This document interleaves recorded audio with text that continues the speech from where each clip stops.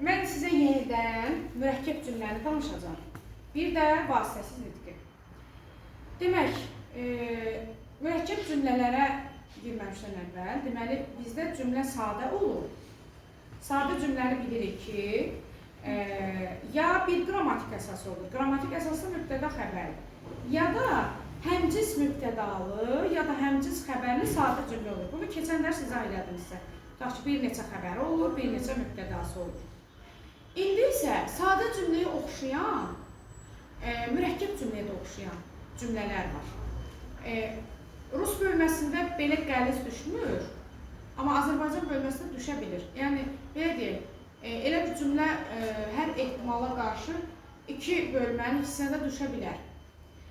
Deməli, biz onları ayırmalıyıq ki, dəqiq bilək ki, bu sadədir, yoxsa mürəkkəbdir. Mürəkkəbin yeni bir adı var orada, müştərək mübtədalı mürəkkəb cümlə. Müştərək sözün mənası şərik deməkdir. Məsələn, bu həm mənimdir, həm də sənindirsə, bu şərikdir. Şərik sözü müştərək sözü ilə sinonimdir və burada da müştərək mübtədalı mürəkkəb cümlələr var. Deməli, əvvəlcə ona izah edeyim. Tutaq ki, elə kitabda da bu cümlə var, bahalı parçadır. Siz də bunu yazın. Tutaq ki, Türkiyədən gətirir.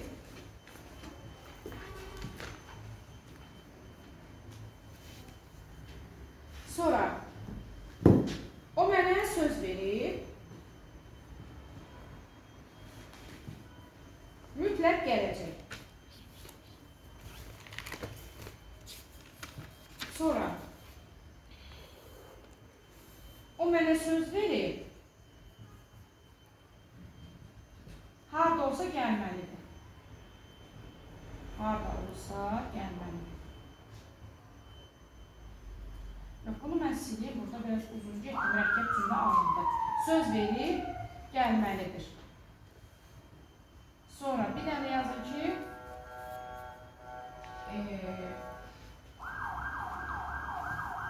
o bugün gəlmişdi. Dünən isə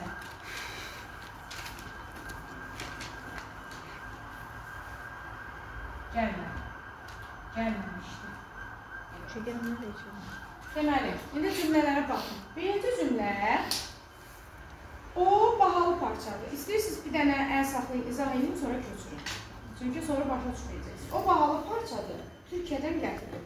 Fikirləşirsən ki, hər ikisində parçadır nə o, gətirilib nə o. Sənin fikrinə görə bu sadə cümlədir. Çünki ikisinin mübtədası odur. Amma burada belə bir nüans var. Parçadır ismi xəbərdir, gətirilib feili xəbərdir. Əgər, bu cümlələri yazdırmışdım, təkrar yazdırmaq istəmirəm. Əgər bizim xəbərlərimizin biri ismi xəbər, biri feili xəbərdirsə, bu müştərək mübtədalı mürəkkəb cümlədir. Heç müştərək sözünü unut. Yəni, bu sadə yox mürəkkəbdir. Niyəsi də var ki, biri ismi xəbərdir, biri feili xəbərdir. Sonra, keçdi ikinciyə. O mənə söz verir, mütləq gələcək. Baxın, söz verir. Keçmiş zamandadır, düzdür. Gələcək hansı zamandadır? Gələcək zamandadır. Deməli, zamanlar fərqlidir, gördünüz. İkinci qayda, əgər zamanlar fərqlidirsə, bu da müştərək mübtədalı mürəkkəb cümlə olacaq. Üçüncü, o mənə söz verib, gəlməlidir. Baxın, söz verib, keçmiş zamanlı xəbər şəklidir, gəlməlidir isə vacib şəklidir. Belə bir üçüncü qayda, əgər bizim xəbərlərimiz fərqli şəkillərdədirsə, bu da müştərək mübtədalı mürəkkəb cümlədir. Dördüncü cümlə, o bugün gəlmişdi, keçmiş zaman, dünə gəlməmişdi, bu da keçmiş zamandır. Sadəcə fərqi nədir? Bu təsdiqdir, bu inkardır. Amma bu sadə cümlə gedəcək.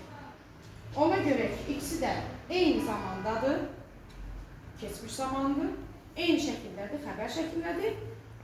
Artıq biri təsdiq, biri inkar olması burada rol oynamır. Ona görə bu sadə cümlə gedəcək. Deməli, qaydanı da təkrar edirəm. Əgər xəbərlərdən biri ismi, biri feili xəbərdirsə, fərqli zamanlardadırsa, fərqli şəkillərdədirsə, bunlar müştərək mübtədalı mürəkkəb cümlə gedir. Yox, əgər eyni zamandadır, eyni şəkildədir, sadəcə biri təsdiq, biri inkardadırsa, bu həmcins xəbərli sadə cümlə gedəcək. İndi sən onu bir dənə saxla.